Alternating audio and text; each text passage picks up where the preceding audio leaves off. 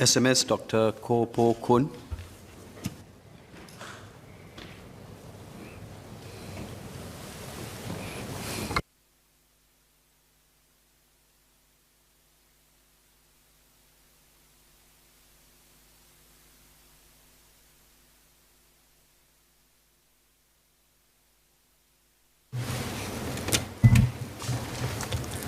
Mr. Chairman, even as we continue to fight against COVID-19, MOH's key priority continues to be a healthcare system that provides good quality, affordable and sustainable healthcare for all Singaporeans. I will speak on how deepening our partnerships with the private sector, strengthening our healthcare financing system, driving greater value in healthcare delivery, and uplifting our healthcare workforce can help us to achieve these aims. Our strong partnership with the private sector over the years has allowed us to mount a robust and coordinated national response to the COVID-19 pandemic. For example, we have partnered private hospitals to provide subsidized care to patients such as Raffles Hospital for non-life-threatening emergency cases, an example referenced by Ms. Mariam Jaafar, as well as Parkway Hospital, Mount Alvernia and Farrer Park Hospitals for other conditions, including dengue. At the peak of COVID-19, up to 400 beds across 7 private hospitals were used to manage recovering COVID-19 patients. Private providers also supported our community care facilities, clinics in worker dormitories, roving medical or swabbing teams, and many much more. Our partnerships with private GPs have also matured over the years. CHAS subsidies have expanded since 2012. Today, over 2 million Singaporeans can access subsidized primary care at CHAS GP clinics. In fiscal year 19 alone, we disbursed more than 180 million Singapore dollars in CHAS subsidies. GP clinics in primary care networks anchored care in the community, deriving economies of scale for ancillary services and serving 130,000 patients with chronic conditions last year. Over 970 private GP clinics serve as public health preparedness clinics, or PHPCs, screening all patients with acute respiratory infections and conducted more than 250,000 swabs for early detection and containment of community COVID cases. In the long-term care sector, private nursing homes receive funding to provide subsidized services. Both private and not-for-profit organizations also operate many government-built nursing homes and elder care centers under a build-own lease arrangement. In the pandemic, they actively stepped up safe management measures and supported COVID-19 testing and vaccinations to keep our seniors safe. To mount a strong pandemic response, MOH also tapped on the expertise and resources from private laboratories for PCR testing capacity, vendors and distributors of medical supplies, cleaning companies that disinfected our medical facilities, and security companies, facility managers, and transport companies that supported our quarantine and other operations. There are too many to list comprehensively, but each one helped make our robust national response to COVID-19 possible. On behalf of all Singaporeans, I thank our many private sector partners for protecting Singaporeans from the scourge of COVID-19. I therefore agree with Ms. Mariam Jaafar that the government should continue to renew and deepen our partnership with private healthcare providers. First, we will uplift capabilities of our GPs through continuing professional education. For example, the Agency for Care Effectiveness Clinical Update Service assists GPs in navigating areas of uncertainty and challenges specific to the area of practice through personalized, evidence-based discussions. We will also train and equip GPs to care for persons with mental health needs. My colleague SMS Janil will share more on this later. Second, strengthening regulatory frameworks such as the Healthcare Services Act, passed in January last year, will help us to better regulate newer, non-premises-based models of care, such as telemedicine, through a services-based licensing framework. Fee benchmarks, an area which Dr. Tan Yau Suan mentioned earlier, was introduced in 2018. These gave patients seeking care at private sector providers more confidence that charges are fair and reasonable.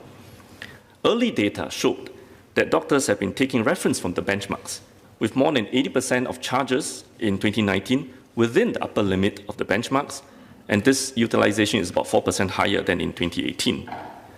Therefore, together with the Fee Benchmarks Advisory Committee, we introduced new benchmarks for anaesthetists and inpatient attendance charges in December 2020, and will continue to review and develop new areas of fee benchmarking.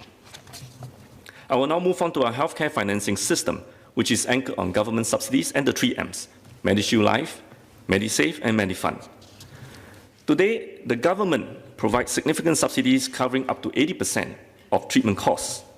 In FY19, government spending on healthcare subsidies amounted to approximately 5.7 billion Singapore dollars, or about 60% of MOH's total operating budget that year.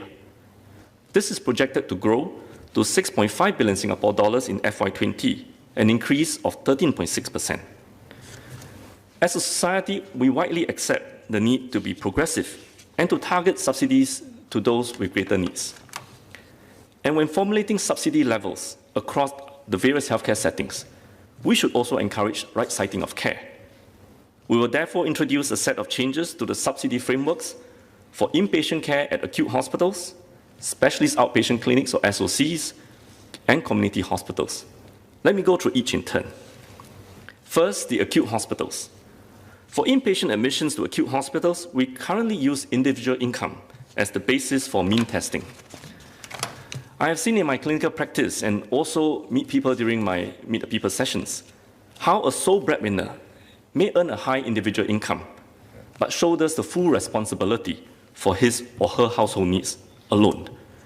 For such individuals, healthcare costs can become a significant strain, and I have great sympathy for them. Per capita household income, or PCHI, which is already widely used in our healthcare system, is therefore a better measure of means, as it also considers the amount of household support available and the number of household members that this individual supports. MOH will thus align means testing for inpatient admissions to acute hospitals from individual income to PCHI. Another observation over the years is that the physical differences between B2 and C wards are no longer so obvious, following infrastructure improvements to raise patient safety and infection control standards. However, we still have a legacy system of using choice of wards as a proxy of financial means to differentiate subsidy levels. Currently, B2 wards are subsidized at 50 to 65%, and C-class wards at 65 to 80%. With better means testing through PCHI, there is therefore less need to rely on ward choice. Therefore, we will unify B2 and C subsidies into a common framework, maintaining the same minimum and maximum range at 50 to 80%. This acute inpatient subsidy framework will also be applied to day surgeries, which are currently subsidized at 65%. Effectively, this will increase subsidies for 70% of day surgery bills and encourage day surgeries instead of inpatient admissions when appropriate. Overall, with MediShield Life and MediSave, we expect that most patients will not see a change in out-of-pocket payments or OOP payments, with about 30% seeing lower OOP and about 15% seeing higher OOP. Let me go to the SOC setting. While we raised SOC subsidies for the low income up to 70% in 2014, higher income patients and median income patients currently receive the same 50% subsidy support, despite both having quite different financial means. To bring about greater progressivity and allow resources to be better directed, MOH will introduce 2 new subsidy tiers in the SOC setting for patients with higher PCHI. 40% for PCHI more than $3,300 and 30% for PCHI more than $6,500. For a family of 4, these PCHI levels correspond to household incomes of $13,200 and $26,000 respectively. Nonetheless, these higher income households may continue to tap on MediSave up to the applicable withdrawal limits to help pay for healthcare bills. With the introduction of CHAR's Green Tier in 2019, higher PCHI patients with chronic conditions also have access to subsidized chronic care at CHAR's GP clinics as an alternative. Complex chronic patients who are not suitable for management at primary care will also be able to utilize their MediSave through higher limits that are going to be introduced. I will speak more about this later. Sir, having been in clinical practice for more than 20 years, I've also seen subsidized patients in the surgical SOCs who have at times preferred an A or B1 ward for specific procedures. Some preferred air conditioning, and others wanted more privacy in the private wards. But the cost of a potentially long tail of SOC consultations upon discharge worries them. For this reason, some patients have sometimes had to forego their preference and request for a subsidized ward instead. And this particular group are those that Dr. Tanya Swam shared earlier.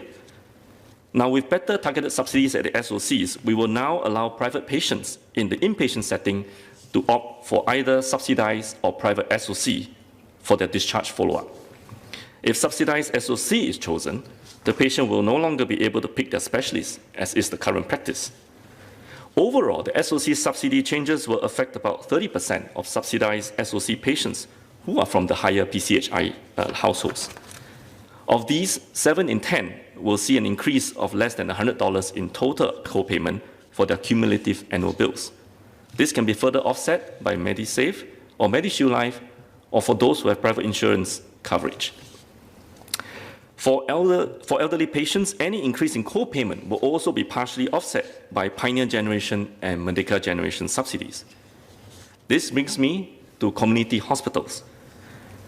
Having worked in an acute surgical ward, I have occasionally encountered patients who have recovered significantly to be well enough for discharge to a community hospital for subacute or rehabilitative care, but who are reluctant to do so due to the differences in the subsidy levels between acute and community hospitals. We will therefore enhance subsidies available in our community hospitals to support patients in utilizing appropriate care and facilitate the smooth flow of patients from acute hospitals to community hospitals. This allows acute hospital resources to be available for patients who require more intensive acute care. We will raise the maximum subsidy of community hospitals to 80%, aligned with that of acute inpatient care, and further increase the minimum subsidy from 20% to 30%. Together with increased MediShield Life claim limits for community hospitals subacute care from 1st of March 2021, this should make community hospitals even more affordable, especially when compared to a prolonged acute hospital stay. Almost all, about 95% of all community hospital patients will see an increase in subsidies. Mr. Chairman, subsidies are the bedrock of our healthcare financing system. Healthcare costs will continue to rise in the years ahead, and government spending on healthcare subsidies will commensurately increase, even after all these changes. The changes outlined above will make healthcare subsidies more progressive and will help facilitate care at appropriate settings. We expect to implement these changes over the course of 2022. In addition to these changes, MOH will also review the financing landscape in the long-term care sector, or LTC sector. Last year, we launched CareShield Life and MediSave Care, improving affordability. However, as we uplift standards and draw in more Singaporeans to work in the LTC sector, cost pressures may potentially impact affordability. So in anticipation of these challenges, we will once again review the financing situation for the LTC sector to see if further changes are needed. Next, I will speak on the enhancements to MediShield Life and MediSave. First, MediShield Life covers Singaporeans for large hospitalization bills and selected costly outpatient treatment. Following the recent MediShield Life 2020 review, various benefits have been made to ensure that the scheme continues to provide adequate and meaningful protection to Singaporeans. These include raising the policy year claim limit from $100,000 to $150,000. Premiums will also be adjusted to keep the scheme solvent and sustainable. The government will provide up to $2.2 billion in premium subsidies and support over the next 3 years. Net premium increases for all Singaporean citizens will be kept to no more than 10% in the first year. Premium payment will also be deferred till the end of 2021 for those who have insufficient MediSave balances and are unable to pay their premiums due to the economic impact from COVID-19. As noted by Mr. Gerald Giam, the benefit changes and premium adjustments will take effect on or after 1st of March 2021, which is the Monday just passed. On premium pricing, I wish to assure Mr. Gerald Giam that the pricing assumptions are assessed by independent actuarial experts. We are studying how technically complex actuarial reports can be shared in a meaningful way and will provide an update when ready. Second, MediSave helps Singaporeans set aside some income towards their future healthcare needs, such as co-payment for large bills and for health insurance premiums. I would like to assure Dr. Lim Wee Kiat that the MediSave contribution rates and the basic health sum are reviewed regularly, in conjunction with other healthcare financing levers, such as government subsidies and MediShield Life. Ms. Hazel Phua and Mr. Gerald Giam asked how MediSave coverage can be expanded in the outpatient setting. We certainly recognize that seniors tend to have higher healthcare expenses, especially if they have chronic conditions. From the start of this year, we raised annual MediSave limits from $500 to $700 for patients with complex chronic conditions under the Chronic Disease Management Program, or CDMP. The list of CDMP conditions will be reviewed regularly. To support elderly patients in seeking outpatient treatment, we also introduced Flexi MediSave in 2015 and lowered the age eligibility from 65 to 60 in 2018, allowing more patients to benefit. From 1st of June this year, 2021, we will further raise the Flexi MediShield annual limit from $200 to $300. We will continue to review the MediSave withdrawal limits regularly to ensure that they remain relevant and adequate for Singaporeans. Beyond healthcare financing, as Dr. Lim Wee Kiat has pointed out, we must also control upstream growth in medical costs to ensure affordability in the long run. First, we should tap on technology to deliver care more effectively while optimizing our limited manpower resource. Since the circuit breaker period, polyclinics, SOCs, and community nursing teams have used teleconsultation to reach their patients at home, allowing continued consultation and advice for these patients during the circuit breaker period. I understand from feedback that patients are comfortable with teleconsultation. Further, when ready, the National Central Field Pharmacy will consolidate medications across multiple providers in a central location, enabling delivery of medications directly to patients' homes, secured post boxes, or other convenient locations. This will improve the access to pharmacy services, including for seniors with mobility needs, as Dr. Tan Wu Ming mentioned, and support new care models such as telemedicine. We also agree with Dr. Tan that patient navigators can improve patient convenience, and our public healthcare institutions have increased the number of staff trained in such roles by 3% annually between 2018 and 2020. But beyond this, we have also improved scheduling services and offer telehealth follow-ups for suitable patients, helping to reduce the need for multiple hospital visits. Second, innovative care models have been introduced to improve right-siting of care in the community. Examples include the Urgent Care Centre pilot concept and the GP First pilot program, which support patients with non-emergency conditions, helping them avoid unnecessary emergency department visits. MOH will review the performance of such technology-enabled services and innovative care models and explore how we can scale up the promising ones. We also strive for greater value and better services in our healthcare system. The Agency for Care Effectiveness, or ACE, helps us to ensure that the prices we pay for subsidized treatments and vaccines are fair and commensurate with the healthcare outcomes they confer.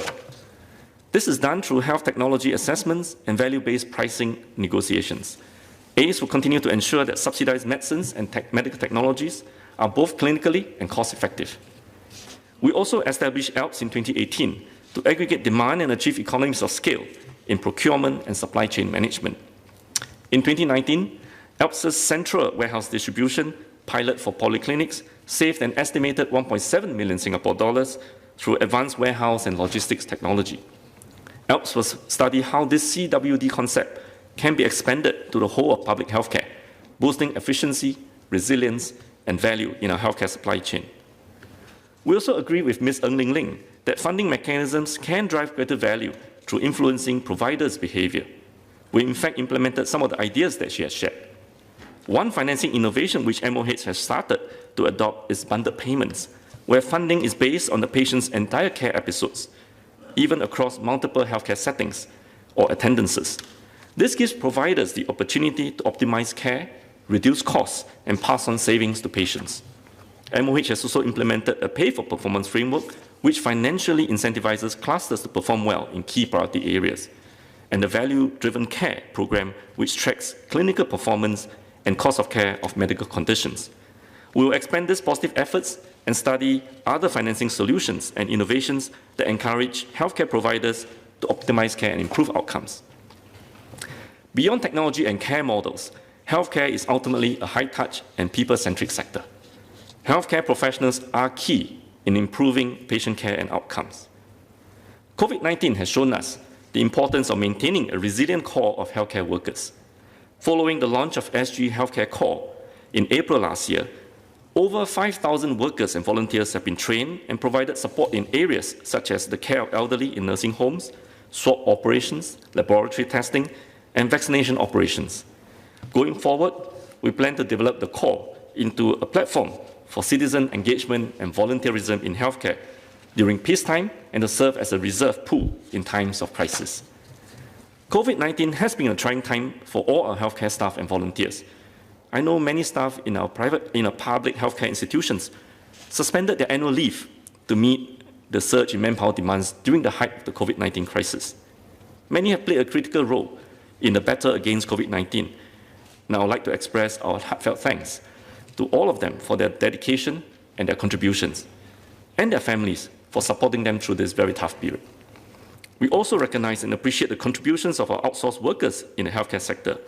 We agree with Dr. Tan Wu Meng that their work is intrinsic to the hospital, as many of them, such as cleaners and health attendants, work alongside our healthcare staff in the wards. The intent of outsourcing is to leverage economies of scale and enable our public healthcare institutions to focus on the core mission of delivery of healthcare services. While our public healthcare institutions are not their direct employers, they have also extended support and tokens of appreciation to these outsourced workers. We will continue to work closely with the outsourced companies to improve the work conditions for their staff. To strengthen our healthcare workforce, I agree with Ms. Mariam Jaafar that we need to attract more talent to healthcare and to build a strong local core. First, we have strengthened our pipeline of fresh graduates. Since 2012, we have increased intakes and retained a strong local core of doctors, dentists, pharmacists, and therapists. We have also strengthened the attractiveness of nursing, increasing intakes by about 45%, from about 1,500 in 2014 to about 2,200 in 2020. At steady state, we will be training about 3,300 students annually in our institutes of higher learning to become healthcare professionals. Second, we have built pathways for progression and continue to expand mid-career conversion pipelines. We introduced new pathways for enrolled nurses to move from NITEC to diploma-level qualifications within a shorter time and progress as a registered nurse. In line with the recommendations of the Future Nursing Career Review Committee, we enhanced nursing career tracks and job scopes. Nurses can now perform a wider breadth of care tasks and make clinical decisions. We are seeing increased interest in our professional conversion programs. Between 2018 and 2020, an average of 160 mid-career locals enrolled each year, about double our average annual PCP intake in the preceding 3 years. This year, Ngee Ann Polytechnic will join Nanyang Polytechnic in offering the 2-year accelerated PCP for diploma-level registered nurses. We will also explore more pathways for mid-career entrants to complete their training in a shorter time. The Singapore Institute of Technology is introducing an accelerated PCP in occupational therapy for those who have already got a degree in a science-related field. They can complete their training in slightly under 3 years instead of 4 years. Third, we actively partner healthcare employers in redesigning jobs for staff working in healthcare support and operations support roles.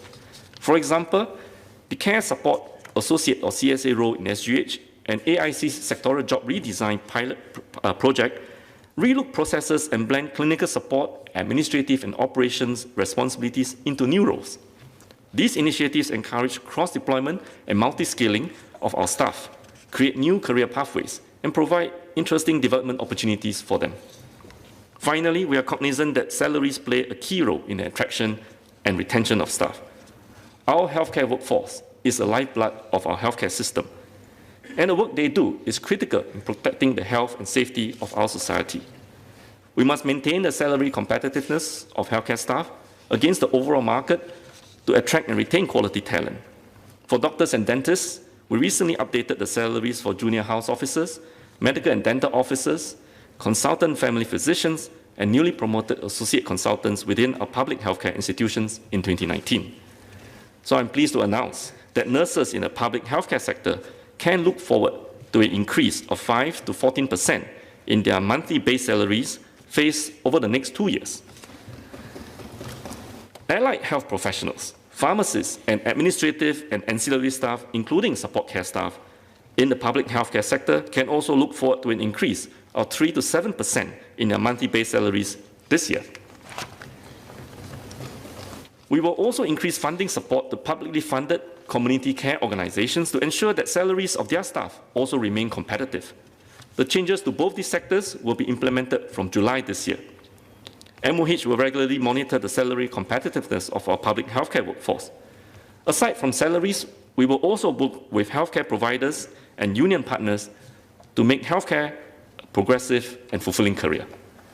Sir, COVID-19 has posed a major challenge to our healthcare system, but we have learned valuable lessons and we will emerge stronger. With deeper partnerships with our private sector providers, innovative value-based healthcare delivery, a strong healthcare financing framework, and a resilient healthcare workforce, we will be better placed to provide all Singaporeans with good quality, affordable, and accessible healthcare. Thank you, sir.